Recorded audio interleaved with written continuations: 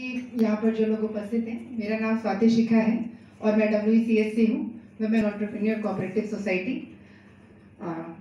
मौका के लिए बहुत बहुत धन्यवाद। मैं थोड़ा सा सीरियस और अध्यक्षा महोदय भी यहाँ हैं। जी सर, हमारे अध्यक्षा महोदय, बाकी बोर्ड मेंबर्स सब हैं यहाँ पर, क्योंकि मैं लिखती हूँ तो मौका मुझे मिला है।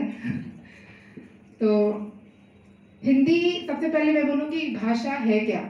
भाषा अपने मन के भाव को प्रकट करने का एक सशक्त माध्यम है।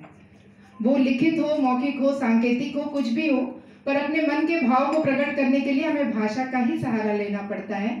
और जब हम हिंदी भाषा की बात करें, क्योंकि हम हिंदुस्तान में पैदा हुए हैं और हिंदी हमारी मातृभाषा है, तो हमारे मन के भाव को अच्छे से प्रकट करने को और कोई अच्छा माध्यम हो नहीं सकता है। विडंबना ये है कि आज हिंदी भाषी जो है, जो हिंदी बोलते हैं वो बहन जी हो गए, और जो अंग्रेजी बोल रहे हैं वो जेंटलमैन कहलाते हैं। तो रहने दो हमें बहन जी, हम बहन जी बनकर भी खुश हैं। दुख नहीं हमें इस बात का कि कोई हमें जेंटलमैन या मॉडर्न लेडीज नहीं कह रहा है। बहन जी में भी हम बहुत खुश हैं।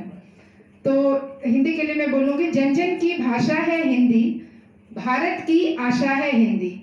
तो जो लोग बड़ा हिंदी बोलकर आते हैं और जो हमें हिंदुस्तानी अपना गुण जो दिखाते हैं, तो बहुत आशाएं होती हैं उनसे। बल्कि बहुत सारे NRI हैं जो भूल जाते हैं हिंदी और यहाँ आकर विदेशी अपने लक्षण दिखाने लगते हैं। तो आशाएं तो नहीं रहती है, लगता है कि चलो कुछ गिफ्ट लेकर आएंगे, चॉकलेट वॉकलेट मिल जाएगा, लेकिन आशा हमें उन्हीं से है जो अपने जड़ों को पकड़े हुए हैं। जन जन की भाषा है हिंदी, भारत की आशा है हिंदी, जिसने पूरे देश को जोड़े रखा वो मजबूत धागा है हिंदी। हिंदुस्तान की गौरव गाथा है हिंदी, एकता की अनुपम परंपरा है हिंदी, जिसके बिना देश थम जाए ऐसी जीवन रेखा है हिंदी। एक दिन अगर हम नियम बना दें कि आज कोई हिंदी नहीं बोलेगा, देश चलेगा क्या? हमारा समाज चलेगा क्या? नहीं चल सकता है। किसी भी भाषा से अगर हम हिंदी के बिना 1 घंटे चलने की कोशिश करें, तो जैसे कोरोना में देश थम गया था, दुनिया थम गई थी, एक दिन के लिए अगर हम हिंदी भाषा को रोक दें तो देश थम जाएगा।